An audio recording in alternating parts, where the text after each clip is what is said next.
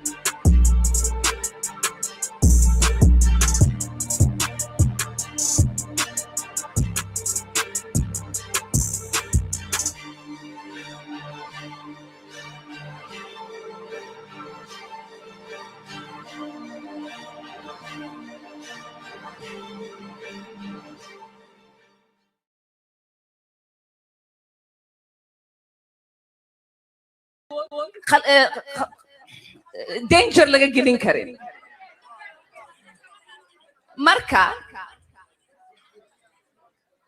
waxaan reer Minnesota iyo Soomaalida meel kasta ku nool adeerkaya hadda mar dhow ka hadlaayay idinkaga hambalyeynaya sida aad iskugu wada duuban tihiin, sida aad kulligiin u garab istaagteen madaxweynaheena because wuu u baahan yahay in kulligeen aan garab istaagno. Soomaaliya waa Soomaali, Soomaaliya waa hal, walaalaan wada nahay. She says Somalia is for Somalis only. Dhulkeena lagama kala qaybsanaayo, dhulal baa naga maqan. Ethiopia and Kenya have stolen and continue to occupy the Somali region state, which belongs to Somalia. So she has an ethnic/nationalistic beef because Kenya and Ethiopia, they took her land. Laakiin inta aan haysan hadda lama kala qaybinayo. Marka waa mahadsantihiin dhammaantiin sidaad ii sharaftiin oo markasta aad. So from her position in the American government, she wants to do as much as she can to get her land back in Somalia for her people, because everybody's a nationalist for the place they really like. Igu soo dhawaysiin, Ilaahay ha idin shafro. Assalaamu calaykum waraxmatullaahi wabarakaatuh. Red Illusion says Ethiopians are much easier to deal with than the light bulb head. You know what? I had an Ethiopian homie a long time ago.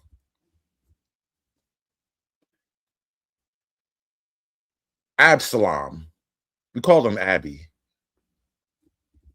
I know, looking back, Abby's like a chick name, but he was a foreigner, so it was cool. A lot of people haven't been leaving their home for work or making a living. So it's very unfortunate and very sad.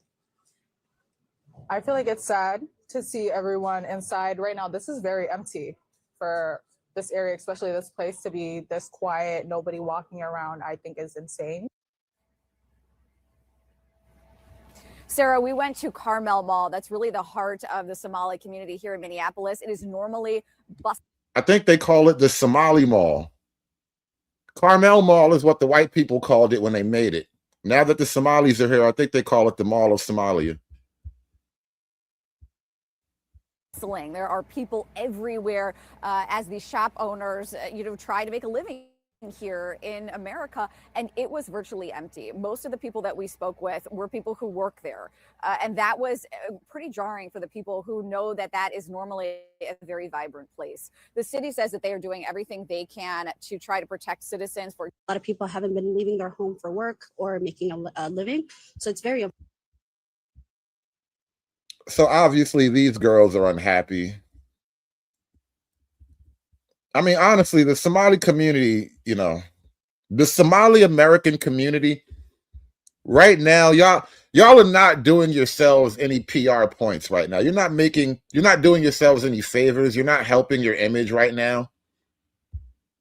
Not that I would give you any advice. Keep doing this shit. My biggest fear in life is that this man may never witness our full takeover.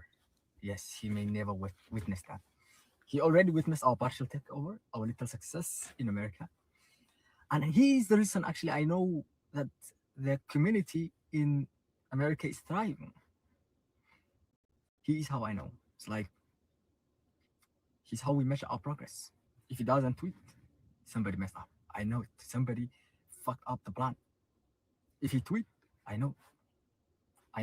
We're doing the right things. Yes, that's how I know. So, he's old and sick, I know. He may not witness our full takeover, but I promise you that his sons will witness. Just like him, we came to exist in this country. See, the land of free men, the land of opportunities. And we're here.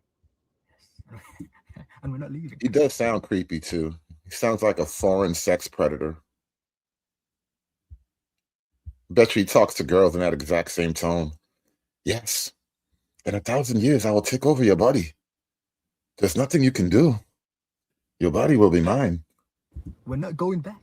What do you mean go back? You should go back first. You see, if you come fast, you go fast. Not the Indians of Africa. No, no, don't do that. That was too much. That was too much. Not the Indians of Africa. Whoa. See, just like you. Tell me how you own this land. Explain to the world how this land became your land. Tell the world.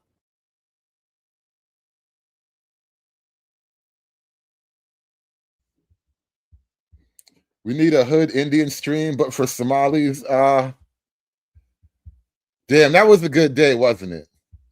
That was a great day, man. I think I lost my access to Cash App because of that day, bro. The day of the G cost me many, many things, man. And I don't apologize, goddammit. You see, I made a video talking to Donald Trump. But guess who's responding to me? Who's responding to me? Kenyans, Ethiopians, Ugandans, South Africans? Did I even talk to you guys? Are you called Donald Trump? Are you white? Are you American? No. Why? Why are you getting involved? Tell me why. Why are you getting involved? You see, when I made that video, I was talking to a certain group of people, not to you guys. See, now, you think Donald Trump cares? He knows the difference between us and you. He does not. Donald Trump does not know anything. He's learning geography now. That's why he said Somalia. These dark-skinned Arabs don't get out my face, man. This is the countries he knows of Africa. Somalia, South Africa, what else? What else? He knows Somalia, South Africa, Congo. Think about this. These countries, they have resources that Trump wants. Trump does not know you. He thinks all of us are called Somalis. According to Trump, we are all Somalis. Even you guys. He does not know you. Yes. Yes. Trump and his followers, they have the IQ of a room temperature. They have no idea. They don't even know there are 7 continents in the world. They have no idea. They think the whole world is America. The whole world is America. This whole world belongs to us, goddammit. If America cuts the lights off, everybody's going to fight. I promise you.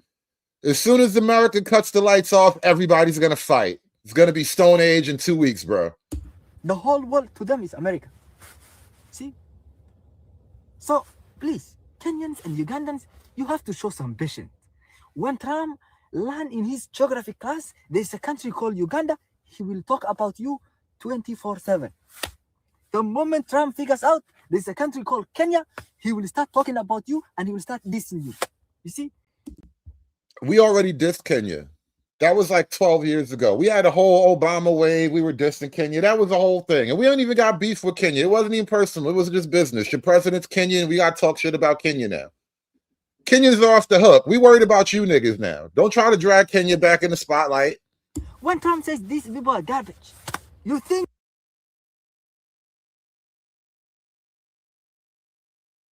who on earth speaks garbage 24/7 of their day? Who? Tell me how many times you mentioned garbage. That's why Kenya got your land now, nigga. Kenya got your land. Go to Kenya. Why don't you move back to the part of Kenya that's supposed to be Somalia and do all of this big shit? Go and check Twitter. Donald Trump, every hour of the day, he mentioned our name. The Somali, the Somali, the Somali, the Somali. That tells you something. We're not garbage. We're not. You see? He's involved in. Hey, Freeman, you know what's so funny? The other day when we were talking about Somalia, and I mentioned my love of the movie Black Hawk Down, how it was one of those movies I basically burned a hole in the DVD. I watched it so much. The next day, Quentin Tarantino said Black Hawk Down is his #1 all-time favorite movie. I was like, holy crap. Simpatico, really? Yeah, Black Hawk Down is a great fight. If you like army movies, because I love a good shoot-'em-up army movie. I love the army movies. That's like a whole genre unto itself. Guys kitted out, shooting up foreigners in third world countries. I'll watch almost any version of that. He knows the countries in Africa that there are resources that he can exploit, that he wants to take. He knows them by name. The ones that he does not know are the ones he did not learn in geography class. And the day he learn about that, he will talk about you. So show some patience and sit back and wait for your turn. Let the man pick his fights. Red Illusion, is it basically every military simulator basically that? I mean, when was the last time the American military fought a bunch of actual white people? I mean, not to be all racial about it. I really don't give a shit. I'm just saying, when was the last time the American military actually fought a bunch of white people? It's been like 75 years. It's been Asians and brown people all ever since that. One big war with white folks, 2 big wars with white people. After that, we're going to just start shooting the browns. It was a whole conversation they had. When this man was talking about Iran, have you ever seen me getting involved and telling Donald Trump, don't talk about Iran? No, because I know that's the country he knows at the moment. When he was talking about China, have you ever seen me come and talk to him or reply to him or write a comment for him? No, because this man is an idiot. So just wait, sit back and relax. And we're not taking over your country, my friend. We don't want your village. We are not. We have no interest whatsoever to take your village. What will I do with your village? Oh, now he's not taking over the country. You hear this? Didn't you just tell me that you didn't? Or maybe he's talking to the Kenyans. I don't know. Tell me, my friend, what will I do with your village? Do you even have water? Oh, yeah, he doesn't want to take over Kenya. He wants to take over Minnesota because Minnesota was promised to them 3,000 years ago. Do you even have water? Who gave you the internet? Who allowed you? How do you get the phone? My friend, think. I don't even know you. Why are you in my comment section telling me something? Who are you?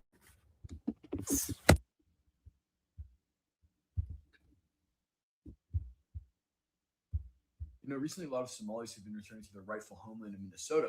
And I've seen a lot of people propose like a 2-state solution where, you know, the Somalis, they get some parts and then the Americans, they can keep some other parts. But honestly, that's just a bunch of bullshit. I mean, it's written in the Quran, the Talmud, the Bible, that the Somalis' rightful homeland is Minnesota.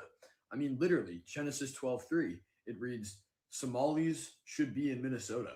Like, why should the Americans never should have even settled there in the first place. I mean, they read the Bible. They knew that it was the Somali homeland. I mean, I don't know what was wrong with those fucking guys. Like, there needs to be one state in Minnesota, and it is a Somali state. It is a Somali state, firmly Somali state. And anyone who says anything else is an anti-Somalite. All right?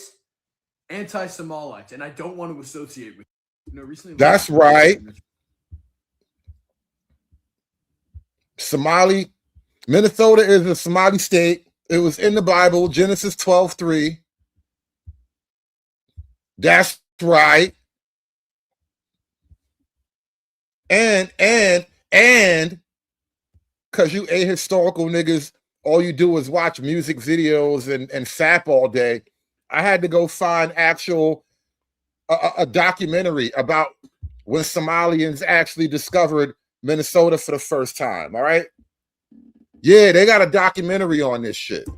Brothers, behold it, the white land of the north, snow everywhere. But look, the skyline, just like on the old drawings. 3 centuries our elders taught, behold, this is Somalia. 3 centuries past, it was promised to us. On these horses through the snow, we have found our land at last. It belongs to us now. Brother. That's right. Y'all need to go get educated about how things really work, all right? Y'all don't be up on y'all history. That's the problem with y'all. Y'all niggas is ahistorical Americans. They said the North was frozen, empty, unforgiving. But 3 centuries ago, our mothers and fathers followed a promise across the ocean. Somali hands opening a new map. Somali hearts reading the sky. Here, they found a land of rivers and stars. They named it, the way the wind whispered, Minnesota. They said the North was frozen, empty, unforgiving. But 3 centuries ago, our mothers and fathers followed a promise across the ocean. Somali hands opening a new map. Somali hearts reading the sky. Here, they found a land of rivers and stars. They named it, the way the wind whispered, Minnesota. They said the North was frozen, empty, unforgiving. But 3 centuries ago, our mothers and fathers followed a promise across the ocean. Somali hands opening a new map. Somali hearts reading the sky. When the Columbus guy arrives, act casual, like we've been here forever. Got it. So you traveled across the ocean? For tea? Listen, priorities. Everyone, look alive. History's about to get confused. Should we pretend we don't see him? No, let's wave at him politely. And tell him he's late.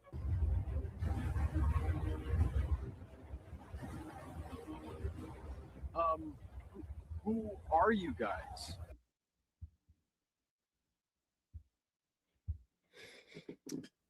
How are they not embarrassed is a great question. I mean, if I didn't actually hate them before this, I probably would now. I mean, really? I hate when niggas get crazy with AI, but now you people, really? When the Columbus guy arrives, act casual, like we've been here forever. Got it. So you traveled across the ocean? For tea? Listen, priorities. Everyone, look alive. History's about to get confused. Should we pretend we don't see him? No, let's wave at him politely. And tell him he's late. Notice the Somalis before the white man arrived are peaking. They're speaking perfect English before the white man arrived. No, look, next is going to be the Somalis were the original British people. You thought niggas was bad with this pseudo-history shit? Wait till the Somalians get their hand on pseudo-history. Oh, man, listen. The AI Segregation Act of 2025, I'm telling you. We need to keep all the darks off the AI until we figure out what's going on here. We just have to. We need segregation on AI before the children get confused. I'm thinking about the children. We're gonna have a bunch of retarded children who think Conan is really black. Alexander the Great was a nigga from Detroit.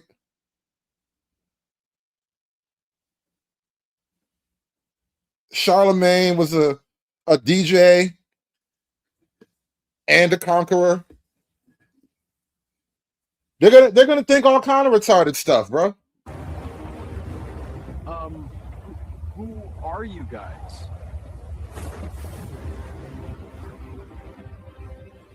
Who are we?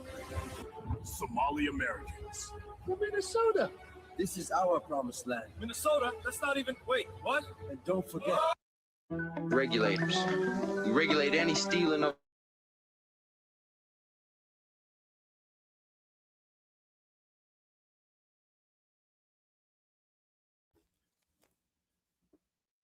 They about to regulate.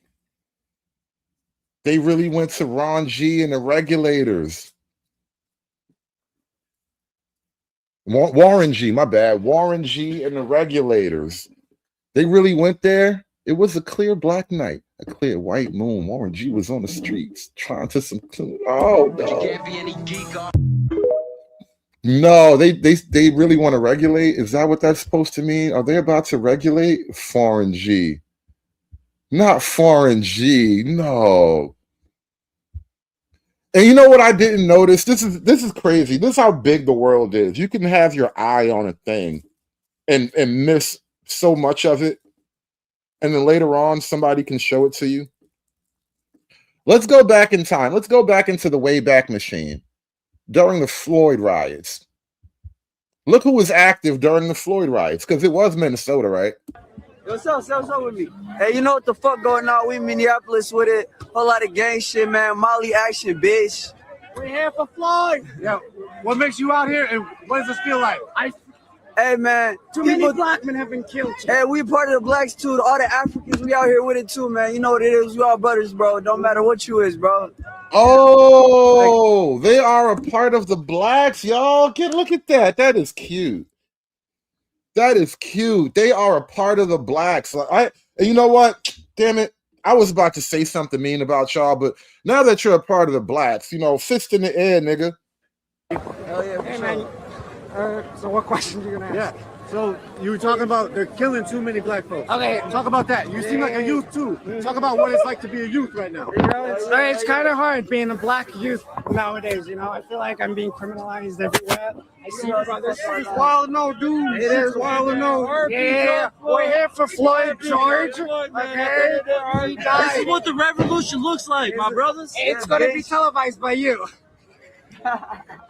Thanks, man. Appreciate it. If you knew that the George Floyd protest was pioneered by Somali scammers, would you still twerk? It's a hypothetical. It's a hypothetical. It just came to me. If you knew that the George Floyd protests were sponsored by Somali scammers, would you still, in fact, twerk? I mean, you can't take the twerking back now. You already got scammed. You already got scammed by the Somalis, but if you knew then what you know now, would you still be twerking?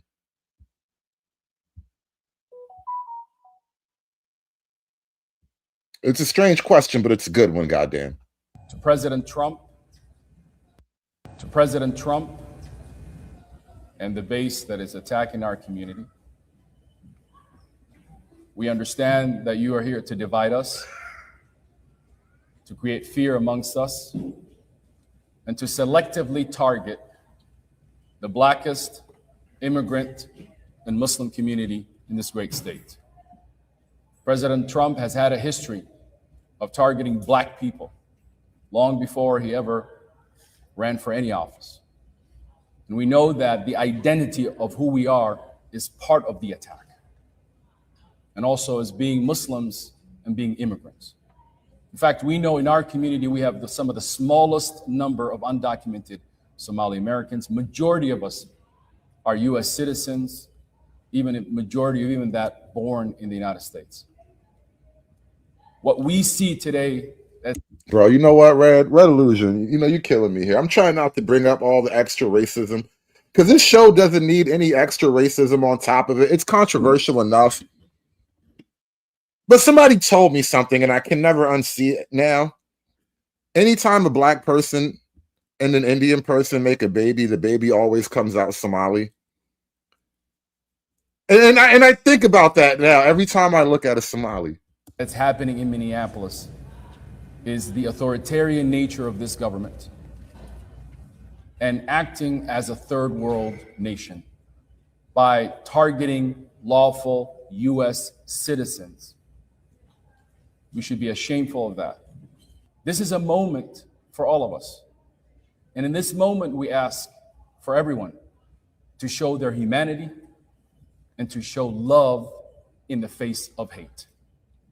And I know this moment will pass, but history will remind us of what we did in this moment. Are Somalis considered black? I'm sorry to be the one that sparks this debate, but it has to be done. I used to be of the opinion back in the day that, of course, we're black. Somalis, look at our skin tone. But as the years went on, my opinion started to change. If you're asking, are Somali skin tone black? Then, of course, yes, our skin tone is. But then I realized as the years went on, it's nothing to do with skin tone, because even people who are considered black come in different shades of black. I started to realize that when people ask whether Somalis are black, it's a reference to are Somalis the same as other fellow African countries such as Nigeria, Ghana, and the countries within West Africa. And then I thought, no, we're not the same as those people. Yes, we're all from Africa, but a Moroccan isn't the same as a Nigerian, and a Nigerian isn't the same as a Somali. Damn. A Moroccan isn't considered black. A Nigerian— He does low-key sound like Vanta. Are No Somalis bullshit. considered black? No bullshit. You sound like Vanta, bro. I started to realize that when people ask whether Somalis are black, it's a reference to are Somalis the same as other fellow African countries such as Nigeria, Ghana, and the countries within West Africa. And then I thought, no, we're not the same as those people. Yes, we're all from Africa, but a Moroccan isn't the same as a Nigerian, and a Nigerian isn't the same as a Somali. A Moroccan isn't considered black. A Nigerian is considered black, and a Somali, for some reason, it sparks a big debate. You got Somalis who say, we're not black, we didn't go through a slave trade. I don't think going through a slave trade is what makes you considered black first. And at the same time, why are we listening to Western societies who categorize people based on their skin tones? This is a white man, this is a black man, this is whatever, this is an Arab. So my question is, because I still don't have a definitive answer, can Somalis consider themselves black? I mean, don't shoot the messenger. I'm just asking. Yeah, Freeman's Journal says black conservatives have been pointing out how other groups try to ride the civil rights movement and black for their own interests. They finally get it when I'm in my 50s. I was laughing at that the other day. I'm like, you got no right to come over here and pick on our white folks and call them oppressors and shit. Only we get to pick on these white people. You got to find some other white. Go to the UK and fuck with those white people. These are our white folk. You don't get to come over here and mess with them. just because you look like one of us. No, we're going to team up and beat your ass and get you up out of here. Or at least we would if we were a proper country anymore.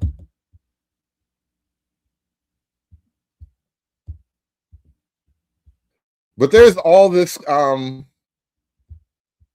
this effort. You know, it's a Pan-African thing. It's a very old, deep political misalignment.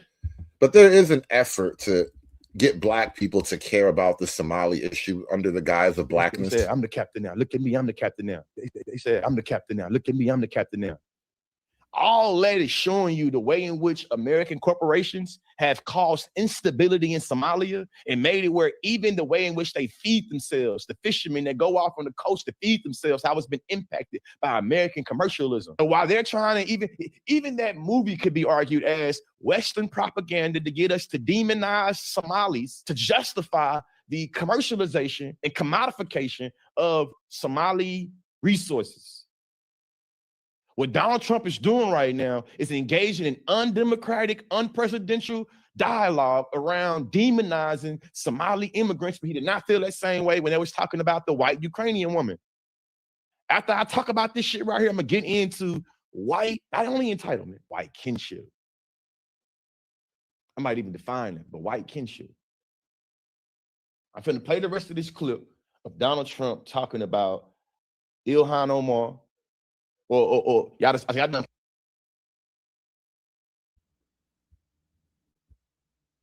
So, because of Pan-Africa, which I've never found on a map, I've been reading maps for a long time, and I've been looking for a country called Pan-Africa, and I could never find Pan-Africa on a map. Look at them, Jacob Frey. Who's the mayor of Minnesota?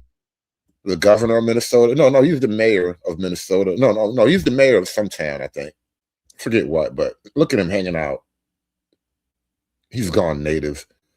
Is that a pile of bugs? What is that? What is that? It's like they fired a pile of cockroaches.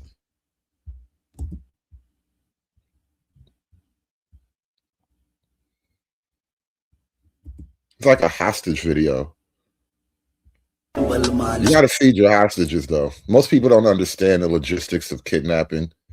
You have to actually keep your hostage alive. You got to keep them fed, watered. You got to give them some light, some air, a little bit every now and then. They're taking good care of Jacob, though. All things considered, I've seen way worse hostage videos.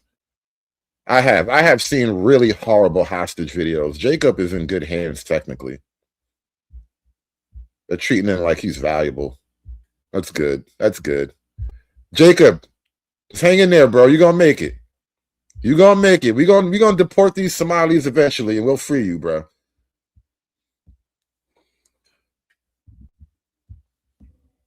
Now, on to another question. Never mind, Jacob. He'll be all right. How Black are Somalians?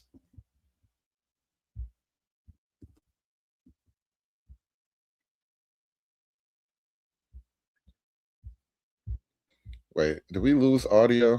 Hold on, let's reset this here real quick. Let me stop.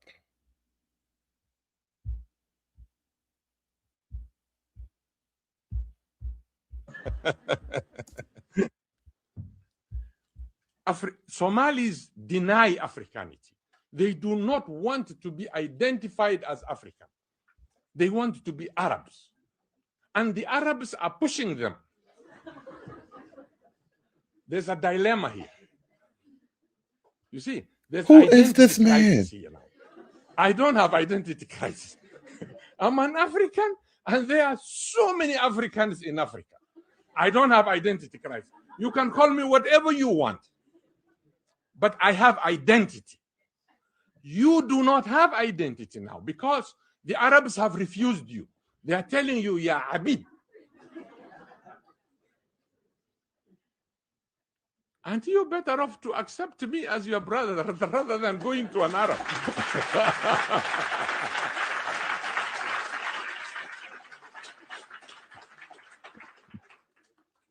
So we called Somalis in that article Africanity by accident of geography. This group consists of those who happen to be in Africa without their wish to be there. Individuals who found themselves living in the continent by virtue of circumstances beyond their control. In other words, circumstantial Africans. Members of this group are not pleased to be identified with negritude or blackness, be it by value, ideology, culture, ethnicity, or any other quality except by the accident of. How black are Somalis In really? other words, circumstantial Africans. Members of this group are not pleased to be identified with negritude or blackness, be it by value. It sounds like even Africa don't claim Somalis, bro. What's going on here? What's going on here? Because you heard him in the beginning. He said the Somalis are desperately trying to be Arab, and the Arabs keep pushing them back into Africa. And even the Africans are not trying to claim them either.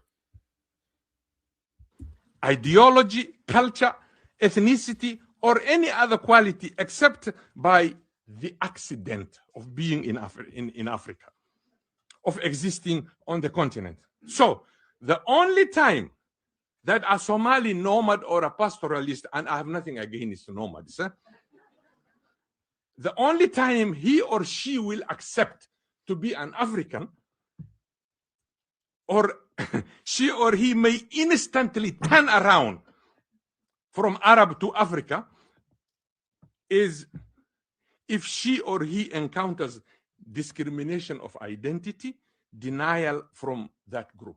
And I have seen this in Egypt. I have seen it in Saudi Arabia, and I have seen it in Canada. I'm a Canadian by, naturalization.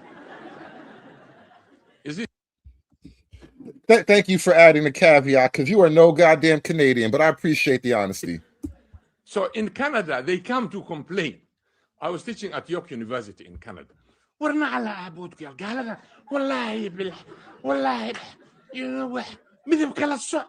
I tell them, welcome to the real world.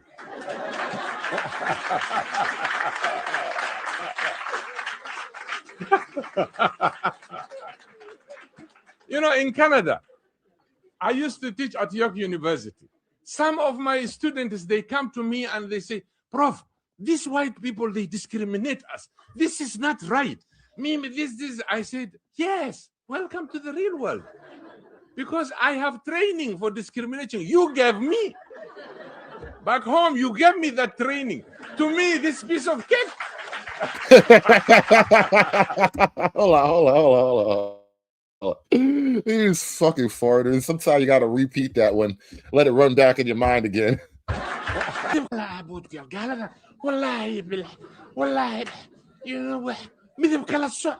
I tell them, welcome to the real world.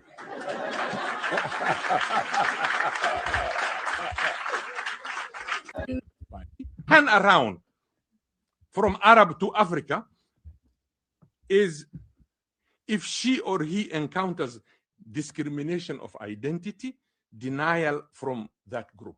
And I have seen this in Egypt. I have seen it in Saudi Arabia, and I have seen it in Canada. I'm a Canadian by, naturalization. Is it? So in Canada, they come to complain. I was teaching at York University in Canada. And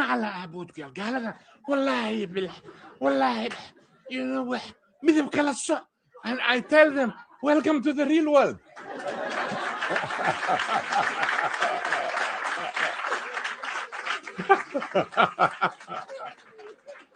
In Canada, I used to teach at York University.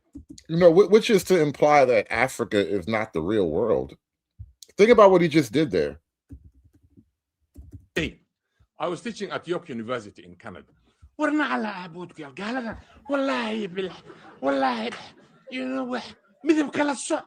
I tell them, welcome to the real world.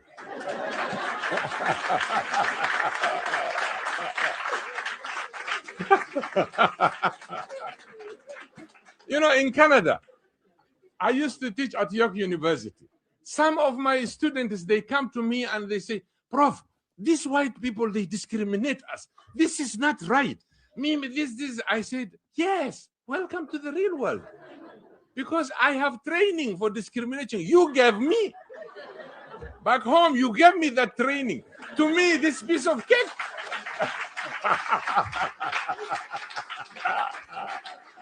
Bumpkin, no promises. I might drop the link, but I got a lot to cover today. And I already had a panel earlier today, and it ended badly. I had to end the show because of the panel. I never felt even single day in Canada that I was discriminated. Never. Because I was already prepared by you guys. As the person who assumes that the purpose of discussion is the pursuit of truth. Now, he continues, such an intellectual is one who attempts to identify problems, reflects on them, and does not shy away from asking hard and unpleasant questions. I didn't shy away, I explained. And who suggests, not imposes, some type of solution to the problem under his or her scrutiny. So he concludes and says, therefore, I would argue that an overwhelming number of Somali intellectuals are simply university and college graduates.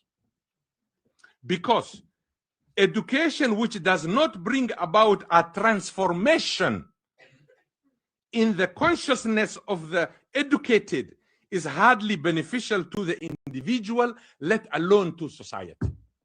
If you are educated and the education is not bringing any transformation in you, you still go back to your tribe.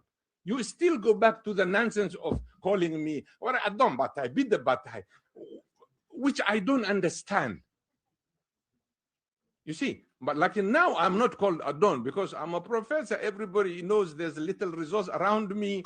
Everybody will come.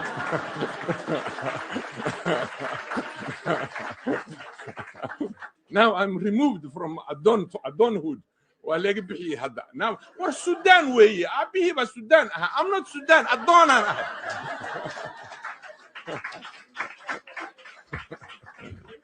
Is this what they call pidgin? When you like mix in foreign words in the middle of an English sentence or whatever? So therefore here I think the Chinese proverb I picked is very handy here, is useful. It says, to know and not to act is not to know. If you know something, you don't act on it, then you don't know it.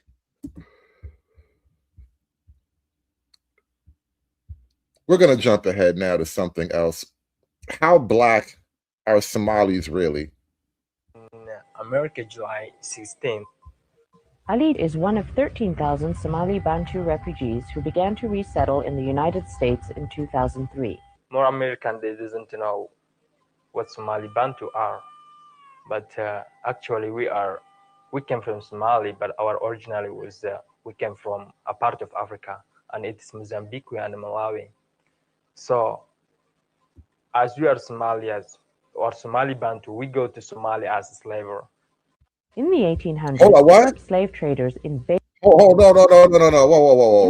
In the 1800s, Arabs. Somalians or Somali Bantu, we go to Somalia as a slaver. As we are Somalians or Somali Bantu, we go to Somalia as a slaver. As we are Somalians or Somali Bantu, we go to Somalia as a slaver. In the 1800s, Arab slave traders invaded Southeast Africa and took Somali Bantu people from their homes to work on plantations in Somalia. Hey, Carmen, that's a weird effect of like time in history. It's 2003. Why does this look like 1993? I don't know how to explain that to you, but it's absolutely right. If you go back and watch film from the 2000s, it's like watching something from the 80s. Just the level of quality or whatever is so drastically different. Over time, they escaped slavery and established their own farms in southern Somalia. The Somali Bantu endured severe discrimination at the hands of the Somali majority. They were denied jobs, education, and land ownership based on cultural and physical differences, and their history as slaves. Wait. So So the real Somalians are the white people to him?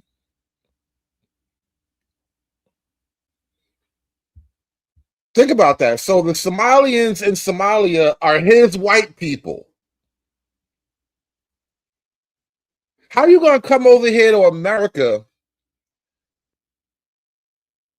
where we did this civil rights shit from the ground up, brick by brick, with our white people, and you're going to come over here and try to cosplay with us and act like these white people was oppressing you, when the whole time your white people are actually Africans?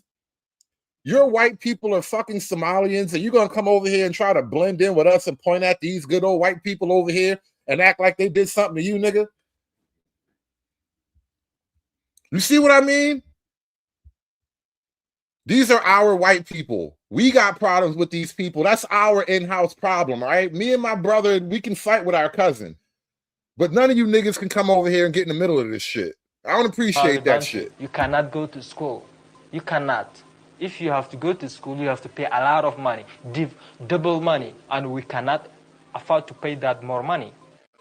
I'm talking about the president of Somalia, and he's called Siad Barre. You know, he's very, very unkind to the people, especially Somali Bantus. He was very unkind to them. They denied our land. They said you don't have any land over there. So we have no land right now. Ethnic discrimination contributed to the disaster that came to Somali Bantu villages during Somalia's civil war in the early 1990s. As you are Somali Bantu, they will come to you, that they will tell you that bring whatever you have. If you refuse, they will kill you at that time. When the crash was, when the war, people were fighting. So I ran away from my family and they ran away from me. So nobody can take care of me because each and everybody is running for his own life. You know, that's why I ran away and I came to Kenya. Then when I stayed there for about 12 years, then my father and my mother, they came to Kenya.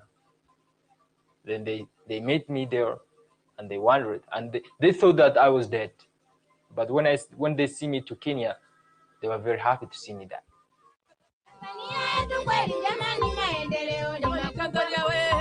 You know what, Red? I'm not even gonna go there. I was thinking that at first, but you gotta understand, like, if he didn't even get back into Kenya until he was like 12, then he was a little boy, and when this whole shit's going on, you give him a pass because he's a little boy. But you know, he big enough to go home and fight now. You a man now, boy. You don't need to be here crying about this shit no more, bro. You got beef, nigga. I don't know why you over here. You got work to put in, nigga. I don't know why you over here telling me your story and shit. You need to go get them niggas back, bro. Them niggas killed your cousin. In the United States, you see, most of the service providers, when they had the Somali Bantus coming to the U.S., they were given resettlement here. Everybody ran to read a little bit in the libraries and whatnot about the Somali Bantu and who they are. And if you go to read about Somalia, you will only find what was written by the dominant clans. It is not as they claim, Somalis, as that they are homogeneous society, that they are egalitarian society, that they are people who have one language, one culture, one tradition, one religion. It is a myth. Somalis are diverse communities. They are different groups. They are different languages. They are different societies. So, but the dominant clan language was imposed on every other Somali group. All the other languages were denied or refused or viewed as insignificant. There are two major languages in Somalia. It is Mai and Maha, which the Bantu predominantly speak the Mai. The whole reason we came into the picture, me and my colleague Dan van Lehman and a few other people, is because of the difference or the diversity among the Somalis. That's what we wanted to bring awareness among service providers, that the Bantu speak a different language than the language that the dominant clan speaks. And most of the service providers here have employed dominant clan Somalis because they were the people who had opportunities to come to the United States before the war broke. So they speak English fluently. They have been here in this country for over 10 or 15 years. And when the service providers heard of the Somalis coming, they hired dominant clan Somalis, not knowing that they cannot speak Mai. Some of them might speak, but mostly they don't speak the Mai language. So we told them, and we repeated several times, we strongly told them that this might be a little bit difficult or dangerous because a dominant clan who doesn't speak Mai might try to translate a language that he didn't understand, and it might involve medical issues, and it might be more complicated. Also, the Somali Bantu may speak little bit of the dominant clan language, which is Maha language, but they cannot express themselves the way they want to do. It's like somebody living in Miami for a long time, you are likely to speak little Spanish. But that doesn't mean you can go and communicate to a doctor in the Spanish language. So there's a need of service providers to employ or hire Mai speakers everywhere in the United States. Wherever we go, we tell them.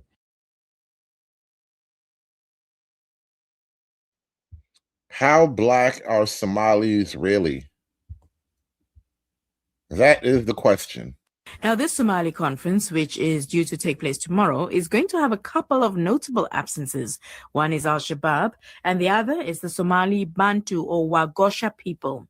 They live mostly in the south, and according to official estimates, they form a very small minority. But they contest this, saying they make up almost half of the population. What is more, they've been marginalized since the colonial era, with little representation in politics and limited access to government services and education. To find out more about the community and what it makes of the conference, I spoke to Yaro Sharif Adan Mashemba, who is the UK-based leader of the Wagosha movement of Somalia. Well, Somali Bantu communities, those people who speak Kiswahili language in southern part of Somalia, which is the majority people on that area, and they represent about 25% of the Somali population. In general, the other Bantu people, they live in southern part of Shabelle and Banagir and Hiran, etc. The total population of the Somali Bantu community in Somalia, 45%.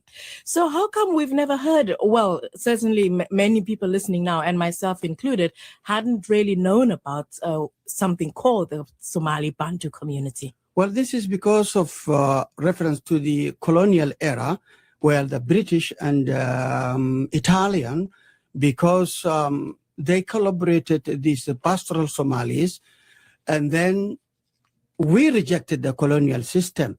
That's why they put us away from any activity for that. And what is the relationship between the Somali Bantu community and what you call the pastoralist Somalis? Well, we are sharing the same country. However, what they called, we are just marginalized people. Well, we haven't got any right. In Somalia, there is a real apartheid. There's apartheid against the actual Bantu black niggas of Africa in the country of Somalia. Isn't that ironic? Kind of makes you wonder, doesn't it? And discrimination, because they do not consider they are human. So what I call that, they have to think, what is equality, like South Africa, like Kenya, like what? Those people who are represented 25%, and generally the Bantu people 45%, they must share in the power in the country. And now this conference is coming up here in London. So I'm wondering, are you, as the Somali Bantu community, are you represented at this conference? No, they rejected. Who rejected? By the British authorities. I asked them, I wrote to them, they refused. And on what basis did they refuse? Well, I don't know, because they're always listening to those troublemakers in our country. Which troublemakers are those? Who are carrying a gun, who destroyed our country, who make a genocide. He's talking about the Somalis. So I think I've done a good enough job establishing that within Africa, there is no Pan-Africanism whatsoever. It's a myth. It's a fantasy. It's a fairy tale. It's an American luxury. Now that that's done, I want to move on to this other conversation here. David Anderson versus Frank Zanu. FBA versus Bantu Africa. It's not even a question, all right? So the 13th, 14th, and 15th Amendment. The 13th probably really doesn't apply to you too much because you were never enslaved, but that abolished slavery. 14th Amendment, just because I want to make sure I get this right, is birthright citizenship, right? Because we were denied rights after slavery, right? The 15th Amendment is voting rights. The Civil Rights Act that got put into law was because my people, you know, my mother's generation, my father's generation, fought for you to come over here. No. No, yeah. No. Yes, They yes, fought yes. for their freedom. I was never informed, sent any letter in Africa that you should come to America. I'm just telling you, nobody fought for me. You were in a condition you need to fight for your freedom. And so you fought for your freedom. You benefit from But you benefit from that fight. I've given you an example. There are many places I have lived. But we're not talking about many places. Okay? This is unique So this for two is reasons. one of them. What makes you think that if you're not here, therefore America wouldn't allow black people to come here? Why did they allow the Because Japanese we are were not the white? ones who fought to The make South- no. The Southeast Asians are not white. Frank, you gotta let me rock for a minute. Now, this position that I guess Dave Anderson is taking here, and this is like why I don't gangbang with Team FBA, although I like the idea in theory, because like, you know, below the surface, it starts to get a little weird. But it's like he's asking for some type of fealty from the African man, because, you know, we here in America, we gave you the civil rights and shit. And I don't think it's not a winning move. Right? So here's what I need you to understand. The reason that it went from the Black liberation movement to civil rights was twofold. The first one was they wanted to make sure they could shoehorn everybody else in, because when folks come here, they contribute to the economy. Who? Okay. When I say who made that the folks should come and contribute to the economy? You mean the white Americans? The white government. Okay, sure. Yeah. Right? When that civil rights bill got passed into law, when LBJ signed it into law, right? After that, you got fat white women being stewardesses on Pan Am, right? You got women had rights, you've got gays having rights, you have people being able to come into this country and have the opportunities that were not allowed prior to us bleeding, fighting, and dying for those rights to be put into law. That is uniquely on us, that we, whether you realize you benefited from it or not. What right is that? The right to come into this country, to come to school in this country, to become a citizen of. You're punching above your weight class, Dave. You're claiming rights that the civil rights movement had nothing to do with. None of these people in the 60s cared about Africans coming to America to, you know, help This out. country. I'm just asking for. Black people fought for civil rights. You are here because of civil rights. What is civil rights? That's a great question, and it depends on who you ask. Yeah. The right to be able to participate in what the Constitution of the United States provides for everybody. We, the people of the United States, in order to form a more perfect union, establish justice, ensure domestic tranquility, provide for the common defense, promote the general welfare. I mean, it's a long Constitution, but in it, there's a lot of amendments in the 13th, 14th, and 15th. Yeah, so the civil rights simply says that people living here, African Americans who were brought here illegally and forcefully, must have the freedom to participate in everything civic. Not everybody. See, that's the distinction that they don't tell you. It's not just about African Americans. They shoehorned absolutely everybody else African into it. Americans who enacted the civil rights were thinking about other people. No, we weren't, but that's what the government did with it. That's what I'm trying to I was get you. not extended an invitation. It's not about whether you were extended an invitation or not. Make it. You are trying to make it more. If I buy you a ticket to the Yankees game, you didn't buy the ticket, or you didn't ask to go to the Yankees game, but you're sitting in the stands. It's saying you still benefit. It's almost like Dave is trying to explain to the African guy, to Frank, that somehow you owe something.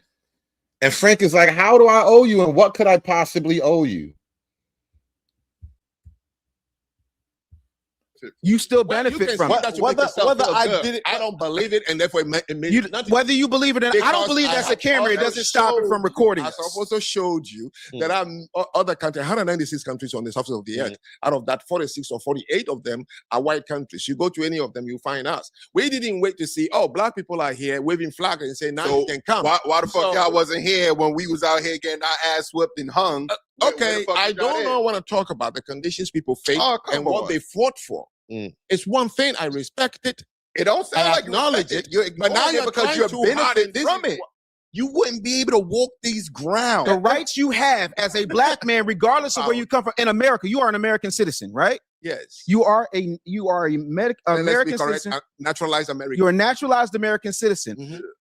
13th, 14th, and 15th Amendment. Like that, you became a naturalized citizen because that amendment was fought for by us. Oh, so you benefit. The Southeast Asians who are here. Same. Yes. The South Asians, the Germans.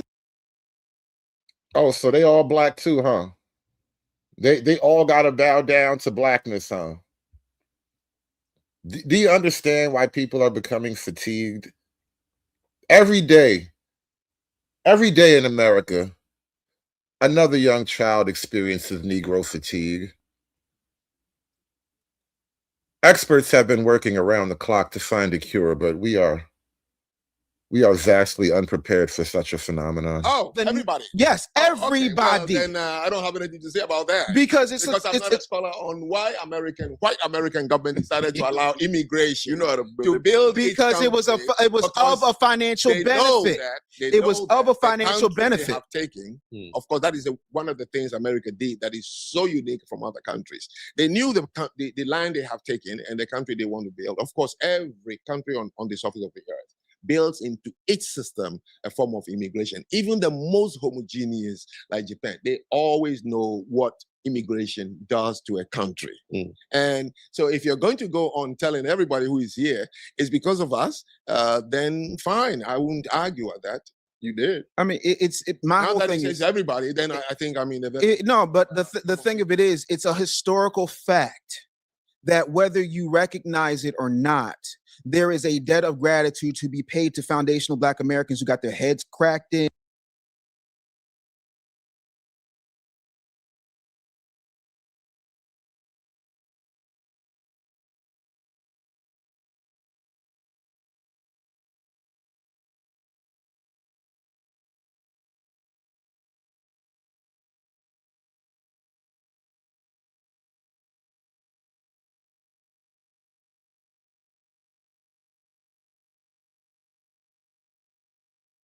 Who got beaten and lynched and had dogs sicked on them, still happens. You know. Oh damn! I was muted. No, I was saying, what the hell do you want, David? Do you want him to shake your hand because of civil rights? Is that what you want? Do you want him to like hug you because of Selma? And not only that, should he hug all these niggas too? Should he shake every one of these niggas' hands like, thank you for civil rights, thank you for civil rights, thank you for civil rights? You know, Martin Luther King, that was my hero. You know, what do you want? Yeah, thank you for your service, nigga. Like, what do you want, bro? And another thing, bro. Like what would satisfy your man bun? You know, because the quarter zip and the tight, angry man bun is I don't know. All of a sudden, it's like nails on a chalkboard for me right now. I told you these niggas is gonna ruin quarter zips any minute now. It wasn't gonna be that long before niggas start to ruin quarter zips, bro. The quarter zip man bun combo legs crossed, wanting your respect for civil rights and shit. What are we supposed to do with these niggas, man?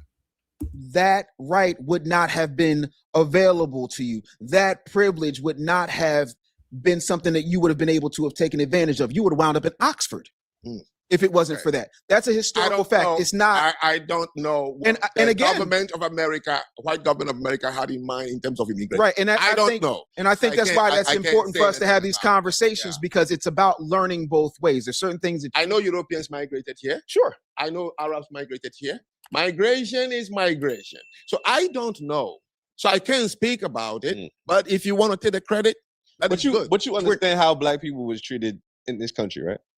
Understand? It's pointless. You understand, right? Giving backhanded. So you understand how they were treated before we fought for civil rights and the right to vote and the right to. You understand how black people were treated before all these laws is passed. I do not. You know how what? God, this is why niggas need to understand the world. You know how weak it looks to when you understand what Africa is, right? Do you know the story that the guy just told? Like, I was a 10-year-old boy.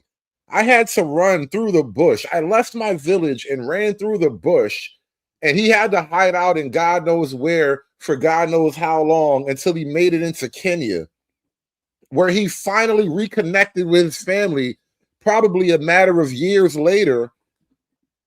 And now you're coming over here explaining to this African man, you know, the white people used to be really mean to us back in the day, right? Like, they wouldn't let us drink out of water fountains. They wouldn't let us live in their neighborhoods. And he's like, oh, poor you, poor you. Did you know my brother had his arm chopped off so one of the village elders could do magic? Did you know? Like, bro, let's stop, bro. Let's stop. I know the civil rights era and Jim Crow, all that shit was bad. But do you realize at that same time in the world, you would have murdered any amount of people to not be an African at that same time in the world? I promise you. You would have turned into Jeffrey Dahmer if that was the price to be back in America. And so it's like, you don't understand what these people come from, and you sitting up here talking about, the white people used to be bad about that, right? We had to march and everything. It's like, oh, you marched. My father hid in a ditch for 4 days under 2 bodies, waiting for the warriors to leave my village while you were marching. Have to. If you migrated before somebody is in slavery, well, that alone explains itself, right? Yeah. So if you migrated here before, but you're jumping to say because of that, as if other countries don't give immigration, and you haven't proven that other countries don't. If this is solely exclusive to the United States, then I would say you're right. But it's not exclusive to the United States. No one said immigration. Everybody knows that's a bit of a straw man. Immigration. That's a bit of a straw man. Encourage it. That's a bit of a straw man. Because they know that there are many talented skills. They have to import it, even if it means by force. They bribe. Japanese did it. But how you think you would have been imported in this country had we not fought for these rights? What right? Tell me the right. The right for naturalized citizenship, the right for civil rights. Whether you didn't give me that shit. White people did that shit. Name the black signature on the Bill of Rights. Not the Bill of Rights. The Civil Rights Amendment. Name who was on the whatchamacallit during the time the Civil Rights Amendment got passed. Were there any black people who signed the Civil Rights Amendment? You know what? Let me go to the internet. Let me see. How do we frame this question? Were there any black congressmen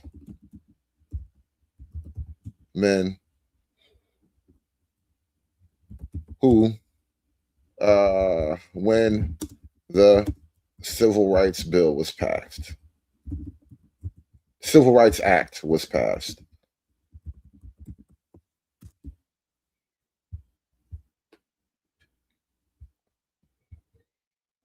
Yes, there were black members of Congress when the Civil Rights Act of 1964 was passed. The passage of civil rights marked a significant thing. Let me see. The act was signed into law by President Johnson. Who was in the office? Barbara Jordan of Texas. Damn, she's old. Get out of here. Barbara Jordan of no. Oh, wait. No. That's not right. That's not right. She wasn't in office then. Who were the black people in office in 1965 in Congress? I'm curious now. Now I'm curious. Since we taken ownership of the whole goddamn thing, I'm curious how many niggas actually put their name on the page.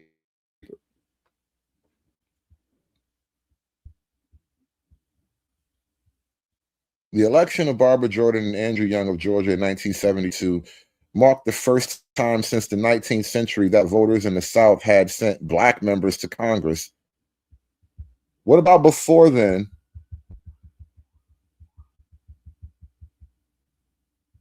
All right, let me retype this question. What black members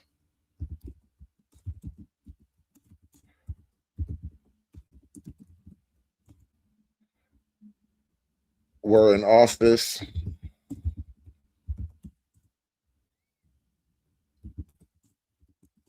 the Civil Rights Act was passed?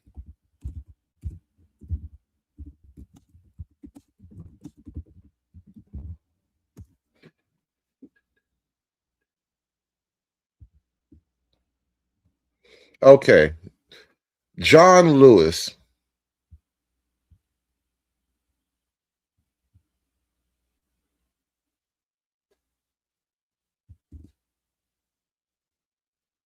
No, he wasn't in office in 1964. No. You see how that's misleading? He said literally he was not in office in 1964. He was elected 2 days later. The first African Americans elected to the House of Representatives were during a Reconstruction era. No shit. That's not what I'm asking you for. Were there black people in Congress? No black members of Congress were in office at the time of the Civil Rights Act in 1964. That's all I was trying to figure out. Jesus Christ. You see how the internet makes simple things difficult? You could have said that to me in one sentence, bro. No, the white people gave you the Civil Rights Act. Therefore, why are you up here, Dave Anderson, trying to take so much goddamn credit? Would you like a cookie or a pat on the head, nigga? Which one? So say for example, you came. Let's pretend that we're on Earth 2, and let's pretend that Earth 2 is an alternate universe, just like us, except for one particular change. And that one particular change is segregation is still in place. White supremacy is the law of the land. If it's white, you're right. If you're black, get back, regardless of where you come from. Now, let's say that you did apply and you became a citizen. You would automatically be a secondhand citizen, and they would say, "Get your black ass to the back of the bus. You can't do this. You can't do that." Do you know that when you became a lawyer in this country, up until black people started becoming lawyers, there was no such thing as a bar exam? They created bar exams to bar us from becoming attorneys. Yeah. When we got the right to vote. This shit. Is that what the bar exam literally comes from? Is that the etymology of bar and bar exam? It's so we can bar these niggas because they illiterate. They're not supposed to know the white man's law. Is that what that means, really, Dave? Did you just do a 1 fish, 2 fish, red fish, blue fish?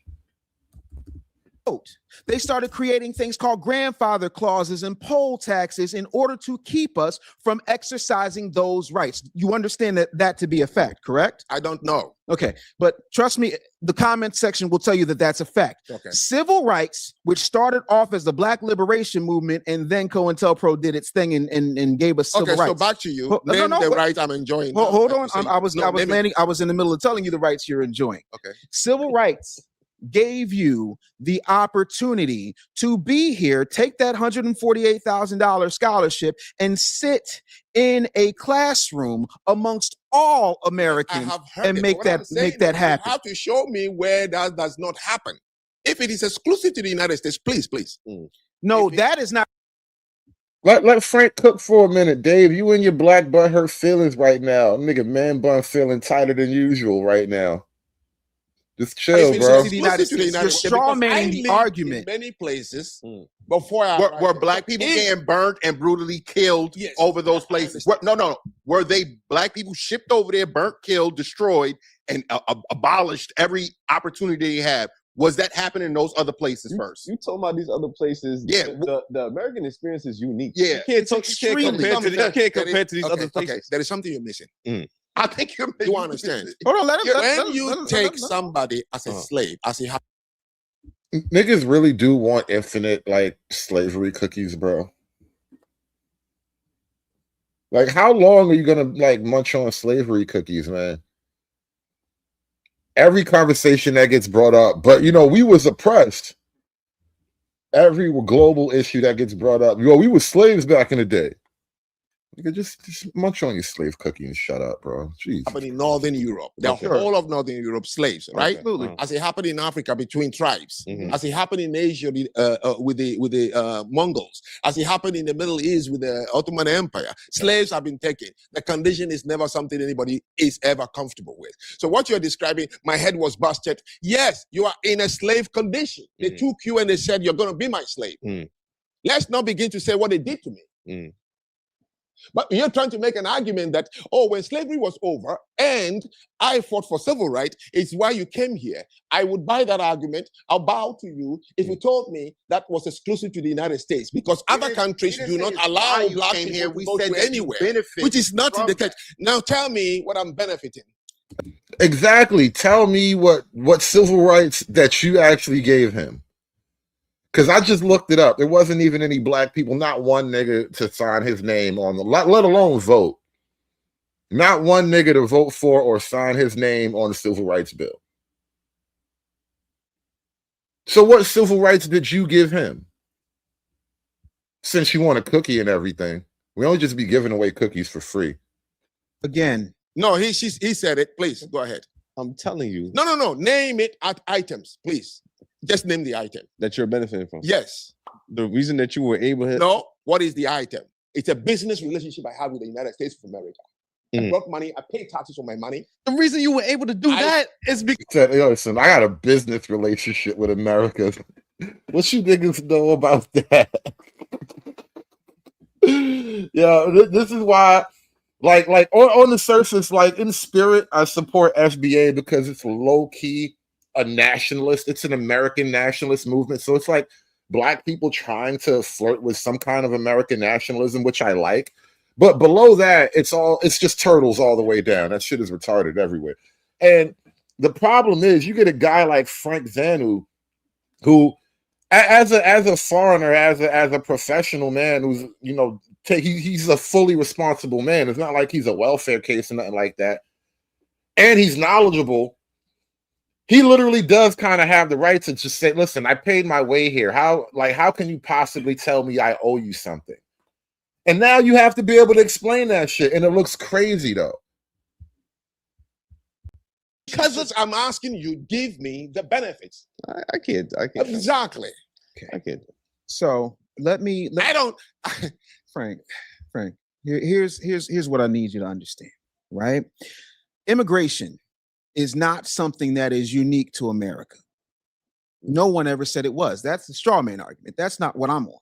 Here's what I am on. Are you familiar with the Nuremberg laws? What? The Nuremberg laws. Yeah, in Germany? Oh, yes, in Germany. Bring up you know where those came from? Now he's bringing up the mustache. See, Hitler went on record. No, let's talk. Now, you know what was that law? I forgot. There was a rule that came up a while ago. It was a media rule, but the first guy to bring up the mustache man loses, right? Like you are in intellectually weak territory when you have to remind everybody about the mustache guy. It's like you can't win this argument without going full World War II. Like, really?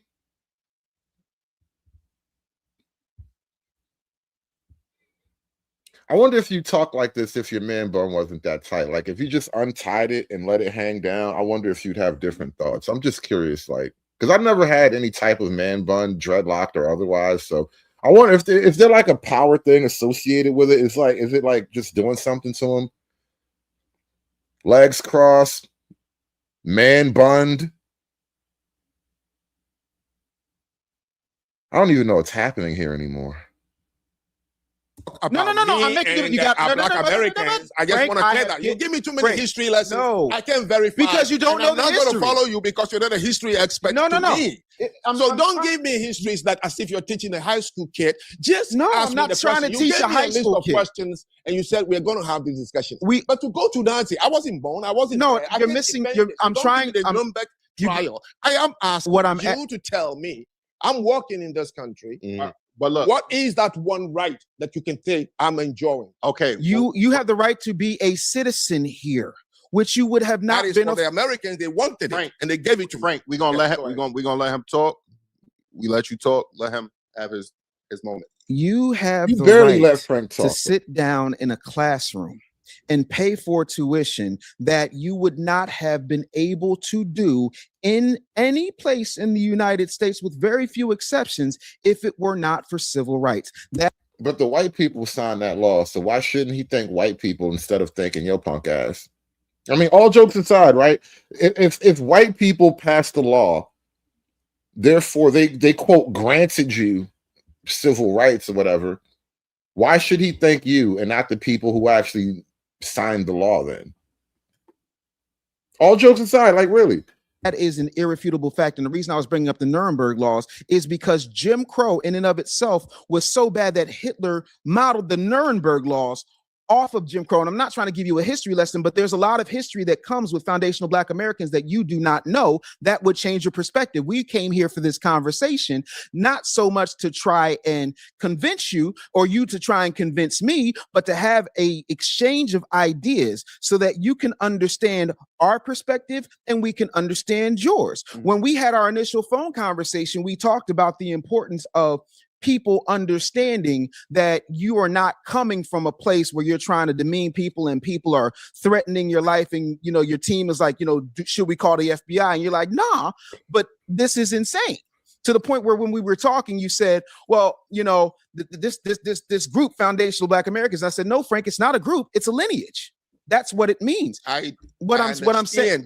Please ask me the questions. I don't like the too long because the things you're saying, I can't verify them. I wasn't there. So when you say something like that, you're forcing me to say, should I concord and say it's true? No, Because I'm not trying to get you to agree.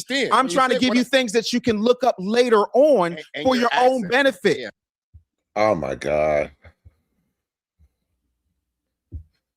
It's a goddamn YouTube panel. Everywhere I go and I see Black people on YouTube, it's damn near the chitlin circuit, bro.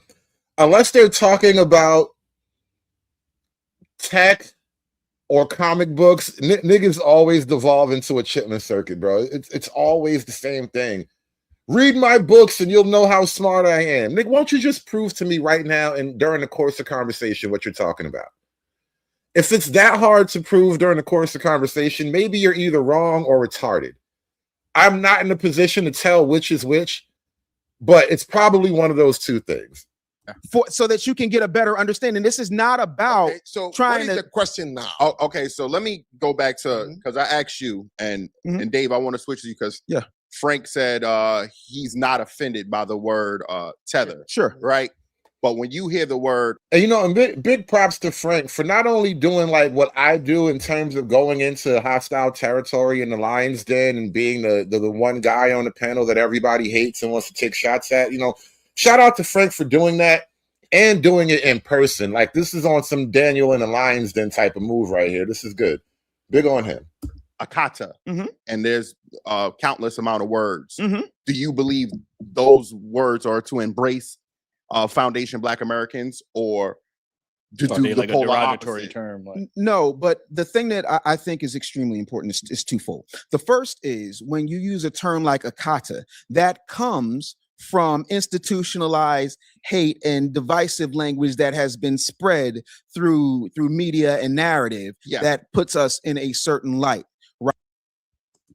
I do have a little bit of time. If you guys want to open a panel, somebody throw $1 in the hat. I'm a cheap date, but you gotta put $1 in the hat. That's what makes it a professional job. right? That we're lazy. We don't care about like each the other. N-word Exactly. It's a nice little code word. You know, for example, I know people that would call us schwatzes. I've known Italians that would call us spic-tic moulignons. There's a bunch of terms not the that come up, moulignon, right? The thing that people don't understand when it comes to the tether word is it's not every single person who is black who decides to become a naturalized citizen and take the oath. That is extreme ignorance. A tether is somebody that goes out of their way to disparage, disrespect, and not understand the heritage, the sacrifice, and the contributions of foundational Black Americans to the fact that they are here. You are tethering yourself because the average person, we had this conversation the last time I was here, the average person can't tell an African from a Jamaican, from a Ghanaian, from a foundational because they don't have a basis. It's just like many Black folks don't know the difference between a Japanese, a Chinese, a Vietnamese, or a Korean. They don't know. They just put us all in one boat. So when you come here, they're just like, you're Black. But our unique distinction. All right, damn it, Freeman's Journal. God damn it, we're having a pause-free panel today. I appreciate the $2 for the panda tax, but I am not reading that out loud. We are having a pause-free panel today. All right. Matter of fact, we're gonna try to keep the profanity in check. You know, you use as little profanity, like keep just the profanity. What do you call it? Embargo. No profanity, no pause. You niggas kill me, goddamn. And shout out to Carmen with the $1.99 for the full service. You will get full service. No pause needed there. Sigma Jones Capitalism with the $2 for the panel. And Freeman's Journal, we're not highlighting your comment anymore. You had enough. Shout out to Clue Studios with the $5 for the pan attacks. Oh my God. Pause free Panna, okay? Is we did fight for the right for Frank to be able to come over here and sit in the classroom, to be a citizen with all of the rights that are imbued in us, life, liberty, and pursuit of happiness by the U.S. Constitution. We fought for that uniquely, and that part is unique. Immigration is not unique. Having people come and become naturalized citizens is not unique, but Black people and other people, other marginalized groups who are not white Anglo-Saxon Protestants being able to take advantage of the same freedoms, the same benefits, the same laws that are inalienable God-given rights according to manifest destiny in the U.S. Constitution is uniquely because of what we fought for. It's because of white people conceived. White people conceived of this very thing. And you know, oh God, it's such a weird thing. You know, let me just drop the links here. Thank you all for supporting the show. I appreciate everybody who comes through here. All the listeners, dollar or not, I appreciate and thank each and every one of you guys who pull up and listen to the show. That being said, thank you to the people who donated Somebody to the had panel. to do it. I am the chosen one. Somebody had to do it. Thank you all. Thank you all. I am dropping the link in the chat right now. Diaspora Wars, Somalis versus FBA versus Bantu Africa. Hit the link if you want to join the show. Shout out to Deacon Dave with the $2 for the Anti-Man Bun Fund. Bro, you know what? I suddenly feel prouder of my cleanly shaven bald head now. You know the good thing about having a bald head? It really is low maintenance, bro. I just you know, zip that shit for 5 minutes in the morning and we're good. We're good. I don't even have to do it every day. We're just good. I just keep it nice and clean, and I don't have man bun problems. Like, nigga probably got to get conditioned and moisturized. Probably has like a regimen. Nigga has 18 dreadlocks on his head, but he has a whole therapy session for it. Like, I just can't relate to that life anymore. I never could. I never really did the hair thing like that. I just got haircuts. But shout out to Deacon Dave with the $2. Anti-Man Bun Fund. Facts. Big facts. No man buns. Aries Roman with the $4.99. He says, failures by association or fatigued by association. You know, I don't appreciate what you did with that. All right, I don't like what just happened right there. I don't think I like that one right there. Oh man, hey.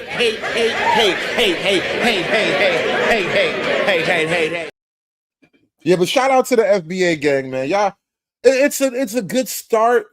And I understand what Red was talking about. It's not nationalism, it's separatism. I think it's a tiny bit of separatism in there, but for the most part, I do think it's an American movement. However, it's like resentful of America. It's a weird inverted sort of nationalism. It's like you're only a nationalist because you think they owe you money. You would take the money and run. What's going on, Freeman? You got it, man. I'm gonna step away for a hot second. You got it, all right? Wait, what happened to his hairline, bro? Is that like a bowl cut hairline, or is it just me? It's a man bun hairline. But I'm gonna go. I gotta go. I'm gonna use the bathroom real quick. I'll be right back. Right on. So anyway, yeah, this is pathetic. What are these dudes doing? Begging for it's a lace front. What is this dude doing begging for recognition, man? That is wild. Like, dude, please, Mr. Diaspora, acknowledge what we FBAs did for you. Like, what? And the guy said, whoa, you don't have to agree. I just want you to be able to look it up later. Like, nah, bro, this is pathetic, man. Yeah, the pinch gesture. Look at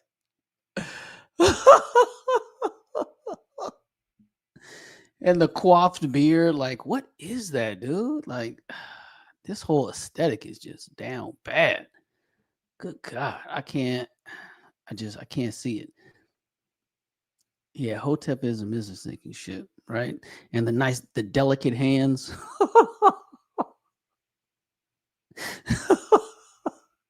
Like a wrench would just make his hands bleed. Ooh, ow. This is so sad, man. Oh, and he's got the nice big earring, like not even a small one, like a big stud. Man, God dang, this is terrible. Terrible. Terrible. I mean, the whole thing, man, the whole aesthetic. Like, what are those? Some Pan-African boots? What is this? Can you wear some? Those are white people comfortable office boots, bro. Those are casual Friday boots. Dink. Dual income, no kids boots, right? I'm gonna get an IPA after work boots. Right, like come on, man. Like, you know, and I'm not even mad at the look per se, because honestly, if it was that look, but you just weren't like coming from this weak position, it wouldn't even matter as much. But this is what's killing me about it. This is what makes it ironic, right? Minus the dreadlock man bun. I mean, because white guys do man buns too, but technically, damn, even if you add the man bun, this is totally a suburban white guy look. Suburban radical. I told you, man. Yeah, this is a suburban Coles ad look. but at the same time, it's you have to you owe me for my blackness. And then Frank's like, what do I owe you, man bun nigga? Like, what the fuck? Like, what do you mean? Hey, look, man, and dude, these are black people born into favoritism, born into affirmative action. Well, I don't know if I would say born into with him, because I think he came up from the music industry, as I remember. I'm 50, right? Well, over 50, but here's the thing. I took the SAT and got a scholarship offer from a school I didn't even apply to. Yes, they were born into favoritism. Yes. Right? You got to be old, or if you're Gen X, right? You're a major theme of your generation, right? In media was be nice to black people. You know, black people are just like us. Be nice to black people. And you know what? I hate that black people don't. I'm sorry, but on that note, Freeman, I hate that black people hate to acknowledge that the media has been going out of its way to effectively glaze, is the new word now. They've been glazing black people almost my whole life. Oh my to God. The point where you wouldn't even notice it unless you're somebody like me who's kind of racially woke and I get what's happening. Bro, they don't notice, right? They don't. They still like, oh, the media is saying all this bad stuff on the news about black people. And yada. Dude, listen, you can't even see a black face doing something bad unless they've been charged, right? There is no you fit the description. Like you can go to WGN right now. If a young black kid killed somebody, they will not show his face until he's actually charged. They won't. Well, that's They why they won't give have you a description. They won't do any of that. that's why they have the and culture rule, where if you're hearing a news story about a horrible crime someone's committed against somebody else and they don't show his face, he's probably black. If they show the face right away, well, then he's a white guy. But dude, they've got the exact same inverse narrative. If they don't show the dude's face, it's a white guy. I remember when Uvalde broke, one of these dudes was like, "Oh, you know it's a white boy because they won't say who it is." I'm like, Uvalde, that sounds like West Texas. Pretty much, probably 99% that's a Mexican dude, right? And it's like, oh, it's like, man, they have the bizarro narratives, man. It's wild. My favorite new thing, and I'm gonna kick it to you 1 second, Mr. My favorite new thing is the weird euphemisms that the news uses when something horrible happens. Woman was stabbed by a crazy passenger on the train today. You know, a man was set on fire by an irate commuter this morning. And so now the joke always becomes, you know, I hate these goddamn crazy passengers. I hate irate commuters. I hate these neighborhood joggers. You know what I mean? Like they use all these weird euphemisms to say anything but another angry, evil nigga did some angry, evil shit today. More at 5. Teens. Yeah, that's another one. Teens. They love to use teens. Mr. O, what's going on, man? Mic check, Mr. O. Are we having issues today? It would appear so. I'm going to let the clip play a little bit more. Therein lies the difference. Do you agree with the term Akata being used in a way to disrespect or harm in a harmful way? Oh, no. You know, so many things happen with that word. Okay, even some of us, if you use the same word in a guy. Oh, you know what? Let me stop for a minute here. Scam Likely, you just brought up a great point. I'm going to stop the whole show and segue for this point for a minute here because I would have spoken about this in a minute and maybe done a show on it. But let's talk about this now for a quick second, right? The January 6th bomber. The narrative, like 2 weeks ago, 3 weeks ago, maybe, was that a white woman who worked for, I don't know, Capitol Police or something like that, a white law enforcement agent, she was suspected of being the bomber. And nothing ever came out about it. No official statement, everything. It was just internet buzz. So, you know, internet buzz, right? It could be. Never know. And then now, a couple weeks later, this black kid, very young guy, doesn't look like an older, grizzled white guy like you would expect these kinds of things, but young black guy, he is now arrested as the prime suspect in the January 6th bombing. Allegedly, his family has some kind of beef with the Trump administration. He is not a Trump supporter at all, no matter what the news tells you. And oddly enough, the first thing Jake Tapper says about him is, "We arrested a white male." It's like he wanted it to be a white guy. It's almost like he needed it to be a white guy. It was like a Freudian slip type of moment. Black guy, right? No, he needed it to be a white guy, but it's actually a black guy. What does that do to the narrative now? But yeah, what's going on, Mr. I tried to bring you up a second ago. My bad. I was, you know what I'm saying? I had to go run to the big man's room real quick. You know what I'm saying? I didn't know you had called me. What's up, though? What's up with all these soft looking ass dudes on these podcasts, bro? I mean, you got this dude right here look like one of them singing raisins from that California raisin commercial. What's up with this, bro? Oh, it's the new anti-manosphere look, bro. It's the new anti-manosphere look, bro. That's what this is, bro. It's a new wave. We on a new level now. Quarter zips and man buns, bro. That's what we doing now. Quarter zips and man buns. And don't forget the matcha. Don't forget about the matcha. The matcha radicals, bro. Yeah. Freeman. Is that what it is? Is that what they are? The matcha radicals.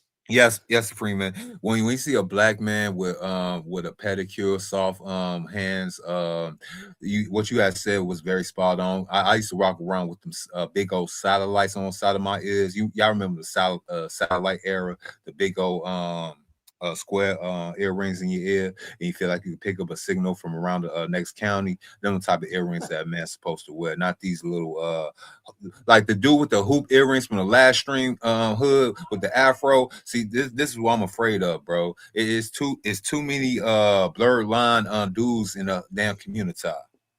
I can't do it. You know what? I can't. I never got with the earring thing as a dude, because I remember when I was a kid, and I don't know if this was a national thing. I just remember there was a weird thing about the earring thing. If you wore it in one ear, that meant you were straight, and if you wore it in another ear, that meant you were gay. And I could never remember which ear was which, so I just said, "Fuck it, I would never put a ring in my ear. left- Never have to worry about that shit." I don't Ironically, know. I don't nah. to this day. I don't know which one is it. All right, Which ear is the so- gay so ear? this I what never it wanted is, to bro. do that type of calculation, so I just left it alone.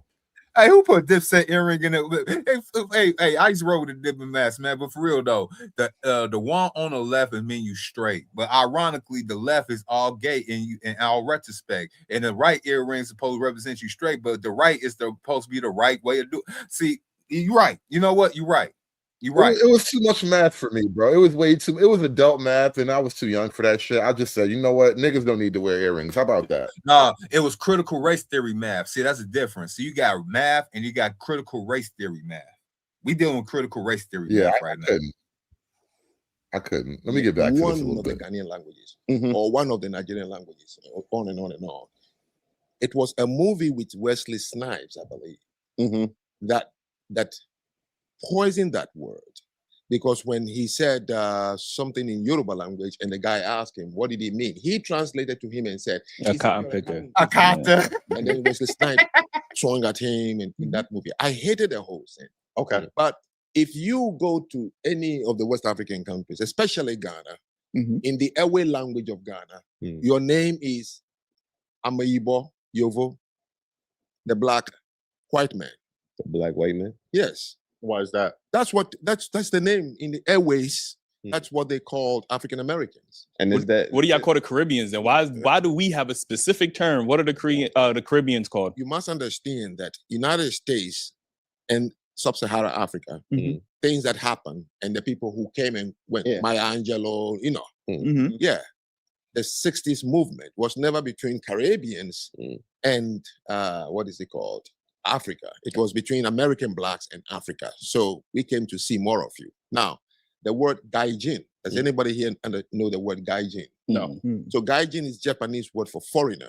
Gaijin. Gaijin is the Japanese word for foreigner.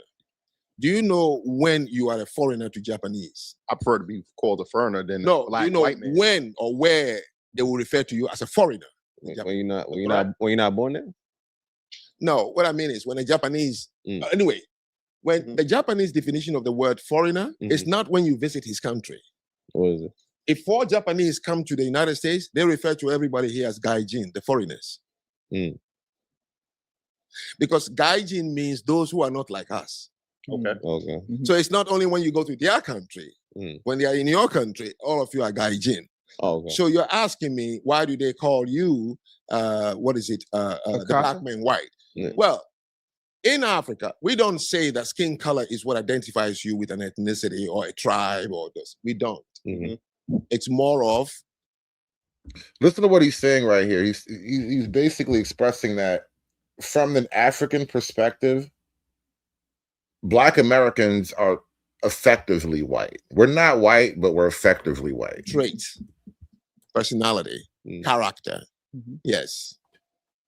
So if you have lived among the whites and you are from a Western country, yes, you wear the same skin color, but we know that if we interact, we have to learn how do we interact with this person. Pause. Okay. Pause. You wouldn't go to Ghana and feel comfortable.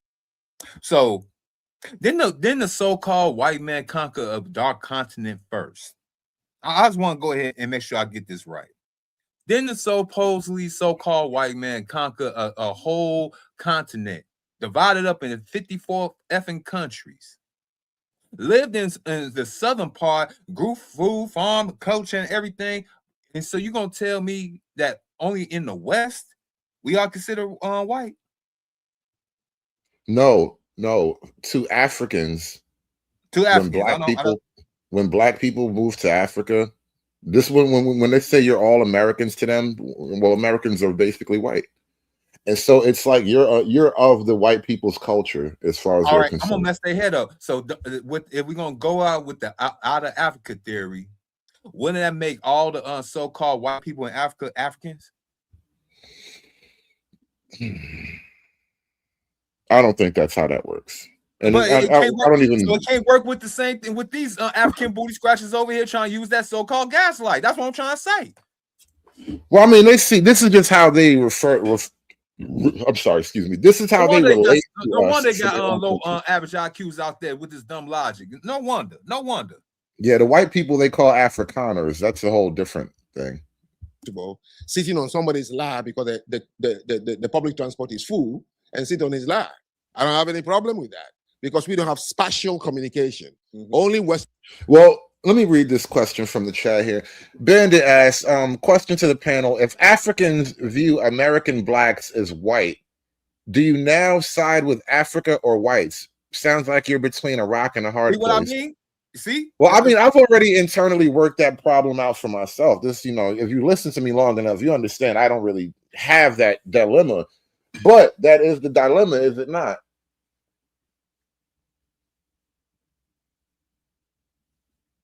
This is a crazy dilemma. I mean, all right, so when we bring up the movie Sugar Hill, when you bring up that part when he had literally just said in this interview right there, he literally just said, when he came out with that word akata and all that stuff, right? He's talking about himself disrespected. So what do they? You don't think they damn, no, we'll forget it. I don't know how to phrase this statement.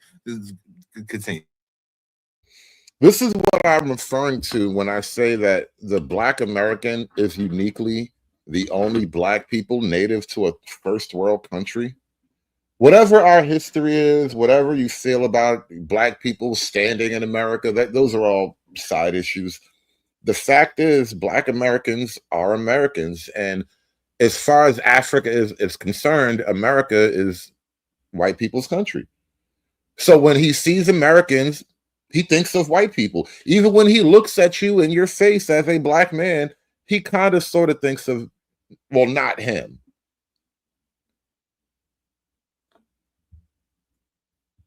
Have spatial communication, which means that you don't get to, when we were in high school, we hold each other's hands, boys. Yeah. Here in high school? Yeah. For what? Like walking home. Okay. You see what is going through your mind now? He's like, pause. I remember my best friend, always we're holding hands. We put hands on each other's shoulder and walk home. Holding hands. I mean, but why hold hands though? You see, you're asking why about some people's culture. Well, yeah, it's a cultural difference. I'm just asking. Why are you asking why? I'm asking what's the reason? Like, is there What a do you reason? mean reason? There's no reason. I just No, hold he's hands. saying expressing love. That's how they. I'm just trying to. That's right. That's right. Two young, virile, adolescent boys don't need a reason to hold hands on the long walk home through the dark bush after African school. They don't need there's no reason at all. They don't need any reasons. They just do it. If it feels natural, just go with it. Show you that the reason we see you as an American is because I can describe it. You couldn't deal with it. But you can say Black American, not Black white American is the disconnect. But my friend, I am you see, here is the problem. It's a huge disconnect. I am a Black American. I'm not a Black white American. I don't care. It's a huge disconnect. You are using the word. You are disconnected already. No, you're when you visit my country, I have to help you understand many things and how to do it. So where is the disconnect? The disconnect is just how you said the Japanese. I guess the easiest way to put that is when a white tourist shows up to his country, the process is not that different from when a Black tourist shows up to his country. Like, you're both tourists and guests and foreigners in my country. You're effectively the same. They have that term, and everybody falls under that foreigner term. It's not, they don't look at Russians and be like, only them are foreigners. The thing is, you're trying, not you, but the culture or the tribe is saying that they have a specific unique name for one set of people in the diaspora that they don't have for anybody else. Like I asked you, what do they call the Caribbeans? Are the Caribbeans are not living in the white man's country. So what do they call them? Huh? Do they have a name? Are they what are their name? So this is the confusion, right? Until they say I'm Jamaican. As long as they speak with a different accent in English, we simply would say the same thing until they say, no, I'm from Jamaica. We didn't know about Jamaica and all these things. You must understand. We didn't. You're still not answering the question, though. Yes, we did not know about the Caribbean. Oh, okay. Our high school books didn't teach us about Caribbean. Wouldn't you understand? We thought the people they took from the continent, the first place we all know they went to. That is why most of you came. W.E.B. was died in Ghana. They didn't go to the Caribbean. They all came to. So we had this connection to learn about this group of people. But we know also that when they come to Africa, that the way they carry themselves, what they do, different from us. So they are Amaibo, Yovo, black man, white. I get that. Not an insult. No. Okay. It is. But when Black man, white. I get that. They are Amaibo, Yovo, black man, white. I get that. So they gonna respect us like a white man? Well, it isn't that a weird proposition. No, I don't think that's how it works. I think that I think you got to get that with money and power. So we're just gonna be designated as Wanos, huh? White and name only, huh? It's a weird gray area, isn't it? Oh, okay.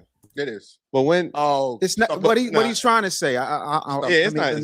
He's not trying to make it an insult, Jude. Yeah, he's not. I'm just saying it's not an insult. It's not an insult because I can say it until the cows come. You don't understand. I told you from the beginning.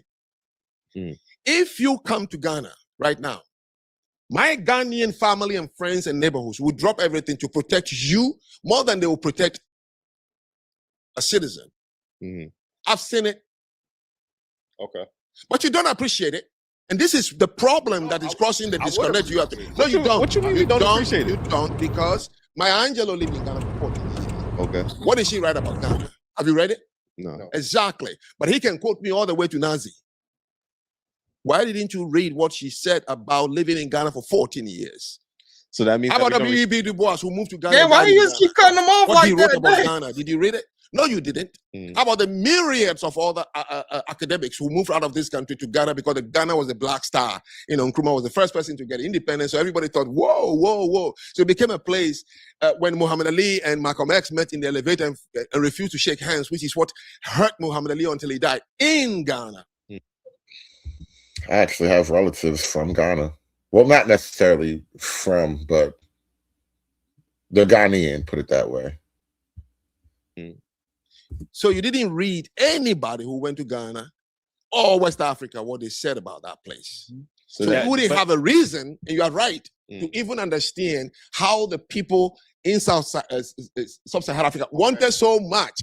And then we arrive here. And then we have these kind of feelings, so we don't. Okay, so what I would say is, because I'm a man and a man of honor and respect, I apologize if I was taken. You're a good man. Right? You're a good man. But in the same way, I want you to understand, like, I'll even go to the minuscule thing of, Andy, what's going on? Hey, I just want to say something real quick. All the guy is literally saying is, to an African, American blacks have as much common with being African as a white man. That's all they're saying. And because you're foreigners, you don't know the culture, you don't know anything compared to what it's like living in Africa, unless you're living in Africa. Like, I don't understand what this guy's problem is saying that you're white. He's missing the comparison. That you're just a foreigner in another country. We see you just as the white man. You don't belong here. You're here on vacation or whatever reason, but you have as much commonality of culture as a white man, and I don't see a problem with it. I get it. You know, like I said, it doesn't ruffle my feathers at all. I'm gonna mute you up while you're not talking because your audio, your background is crazy. But you can unmute whenever you want to jump in, by the way. But I'm just saying, I get it. It's just that I realize for a lot of Black people, and especially the sort of weird cultural programming that you get being Black, it's hard for a lot of Black folk to accept that in the eyes of these other foreign Black people who grew up in a completely different universe from yours. You are more like your white American neighbors than you are like them.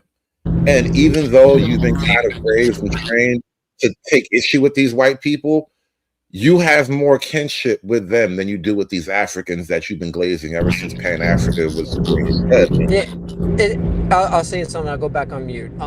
It's like saying that, okay, I have European ancestry. Does that mean that I'm German and English? No. Like, if I went to England and said, hey, I'm just like you, they're gonna laugh at me saying, no, you're American. You're not. You have as much common as me as this guy from Africa. It's like I have more in common with an American Black than I have with a white English person or Englishman or a German citizen. I don't have the same culture or anything like that. I can relate more with someone from America that likes American sports than I can ever do with dealing with soccer. Do you know what I mean? Like, I get what this guy's saying. I don't understand why the guy is so bent out of shape. Maybe just because he's comparing them to white people, but I mean, this is like, it's really that simple, though. It really is. I think the simplicity of it, it's lost on you, right? Yeah, it's no, it is. It's as simple as, you know, I hate white people so much that you're comparing me to a white person. Now I gotta play the, not everything is about me. That's the whole thing. He's pissed off that the guy is not everything about me. You're comparing me to a white person. Now I'm butthurt. That's all it is. It's sad. And there it is. There it is. African booty scratch, whatever the case. How young Black kids connect. You guys hold hands, right? Mm-hmm. So teenagers, you could be 30 years old holding a man's hand, and that's how you bond, right? Mm-hmm. But how me and these young Black brothers, we crack on each other. Yeah, you can have a. And Carmen, by the way, this guy right here with the leather pants and the curly hair, I feel like he might be low-key Dominican. This is a very Dominican look he pulling off right here. Bro. The nigga that cut my hair look just like this sometimes, bro.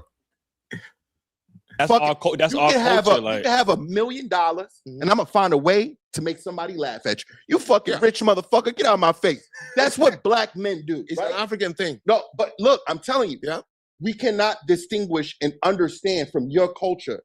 I apologize. Oh, no. You're good. You're good. We have different ways. I'm glad you brought it up because it allows us to know. When we speak to African brothers and we're cracking jokes at them, they have that disdain for us, but that's how we bond. Yeah. So what he's saying is, in essence, the term African booty scratcher is just like any other thing. Like when I was a kid, you know, I got called chubby, I got called big head, I got called egghead, all that stuff. I got called Sinbad and Arsenio because I had a high butt. Like that's just part of who we are, because that's not something. What's the word I'm looking for? That's something that's not uniquely ingrained in your culture. It can be a core memory insult to you, a sign of disrespect, or a sign of disrespect, when it's actually a term of endearment. It means that you part of the crew. Good try, because good try, but no. The year of return started in 2019 in Ghana. Yes. Do you know how many people have gone to Ghana? A lot, including Umar Johnson got a citizenship. Yep. Did anybody in Ghana? Yo, Umar is officially a foreigner now. Oh, yo, can we kick him out? That would be so funny. Ghana, Nigeria, Benin, Togo called y'all by any name as an endearment. You don't call somebody with a name that is among you and you know he doesn't understand. So I understand you've done a good job. And I love what you said they call us. What's the word you said for the white Black man?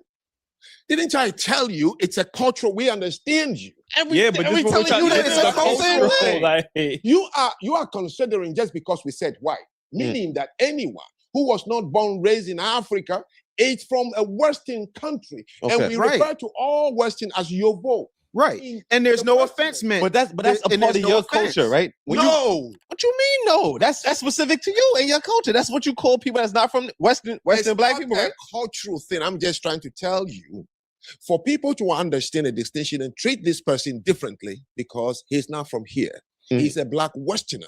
Right. But Western is usually when you use it, you're talking about European countries. Right. So that's it. It allows us to know that this person can do no wrong because he's not from here. Okay. Got you. Look, you want to really understand, then you got to refuse to have these conclusions and all that. Steve Harvey went to Ghana. He come back with a big pants on. Did he do a segment to just enlighten anybody here? No, he didn't. And I can go down the list of those of them who've gone there, shook hands with president, and then come back here and don't say anything. Correct. Why don't they build a bridge? Why don't they build a disconnect and say, guys, look at the way I was treated, man. I just came here. Look at the way I was treated. Umar Johnson, with his head smaller at the top and big at the bottom, went to Ghana, got a citizenship, and grabbed the microphone asking for, where are my wives at? Where are my wives at? Is that a respectful thing to do in a country that gave you citizenship? We didn't say anything. Umar became a citizen of Ghana so he can get some African coochie. He wanted to get it officially, though, the right way. Wrong against him. He's walking around making money, calling himself Prince of Pan-Africanism. Do you know where Pan-Africanism is? It's in Africa. He hijacked it. Have you heard any African tell him? He's talking about Dr. Umar. Stop it. No. But if I say one thing about African Americans, you are looking down upon us. You are doing this upon us. Let's stop it. Especially for people like us who are more sophisticated. He just very politely but firmly told them to stop being little bitches. And I respect it. This is what I hate. I don't think people get. It's something weirdly feminine about the whole pro-black position. Like, recognize my grievances. You know, I was victimized once upon a time, and that means you owe me something. It's a weirdly feminine position. Oh, trust me. I came here because he made an impression on me. Right. He sent me the question. He said, brother, I'm not going to ambush you. Now, that is unique. This conversation, I wouldn't come from my state, drive here, sit with brothers. I'm coming to look down upon you. Not at all. What kind of culture is that you're thinking about me? So I shouldn't criticize. Why? Europe was built faster than any culture. You know why? What? It's the only place also you have just countless number of philosophers. None of their books was ever pleasing. You're too sensitive to criticism. There's some truth in that. Ooh, you bunch of black bitch ass niggas. Any commentary before we move on? We're gonna start to wind this down in a minute. Are niggas too soft? Is Frank proving the bitch assness of the pro-black movement? Yes. To be damn near in this day and age, should be pro-black is damn near in the same lexicon of being a bitch. I'm sorry, I just had to say that. I don't want to agree with this tether right here on the screen, but I can't dispute logic. It just is what it is.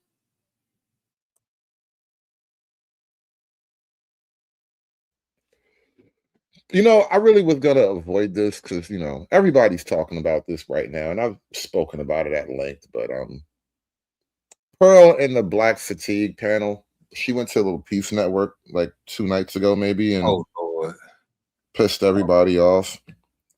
And I've already heard her general points about Black fatigue, so it's not like I'm shocked. I'm suddenly going to be on a new side of the argument or whatever.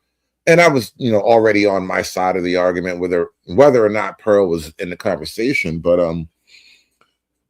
the thing I think I did agree with Pearl about watching that whole thing was like the constant offense taking and gaslighting of it all. And it's kind of to reinforce what Frank was talking about just here. It's like, so you can never ever be critiqued about anything without being a little bitch about it. Like, this shit is just tiring. It's fatiguing. It really is. Let's open the door a little bit. Absolutely. Look, in private, we still talk about you guys. I have been in it. The day you're going to visit Bridgeport, I'm a commissioner. Fair, did you look it up? Fair Rent and Fair Housing Commission. Last month alone, 3 people are prevented from eviction. Who are they? They're not Chinese or Koreans, African Americans. The whole city council is African Americans.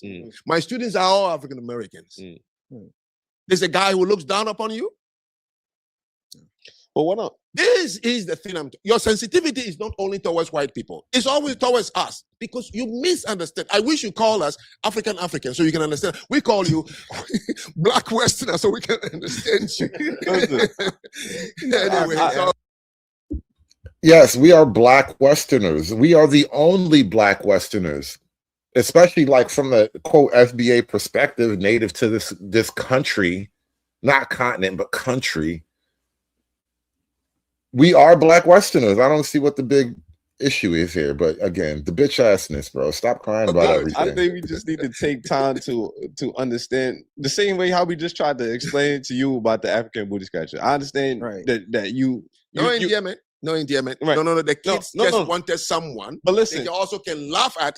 Look, listen, the earth is building. Listen, see, but that's how you're taking it. I am telling you, as a kid that used to get picked on all the time, the dozens is a huge part of foundational Black American culture. Some people call it snapping, some people call it busting on each other. It's what we do.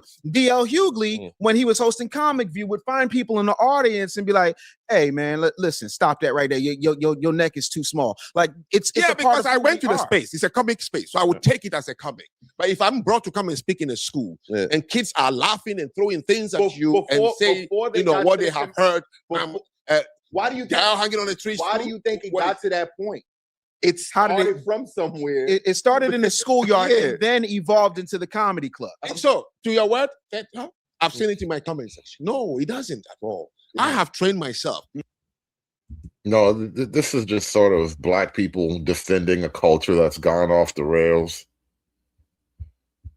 And there aren't a lot of good excuses to use. Yeah. It's a word the person used. Right. That's it. Right. What is there to hurt me about this word? And even with the way you've explained it, as long as I know that is never part of who I am, then the person is free to use that word and it will never.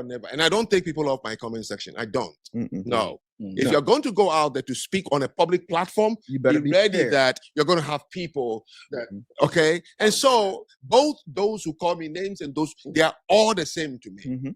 They are all the same. Right. I don't differentiate at all among them. Right. I do want Ace to ask his last question before we get up out of here, because I feel like we can have this conversation for all day, like for sure. Like, by the way, how many hours? We had about 2. Yeah, they was at this for about 2 hours. They had a long conversation over there, but this is a good time to actually pull back from that show. Any last thoughts before we wrap up on this whole thing? We had a kind of a wide-ranging show. We went from Somalis to the Bantus to the FBA Black War.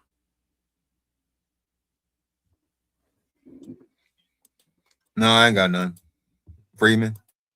I was gonna say, sounds like everybody busy at work today. Y'all working on a Saturday, man. It's crazy. I'm about to get up and I'm on. I am off, sir. I just been kind of like broke lately. I'm just trying to get my little shillings on the side. A lot of things that just been not going my way this year.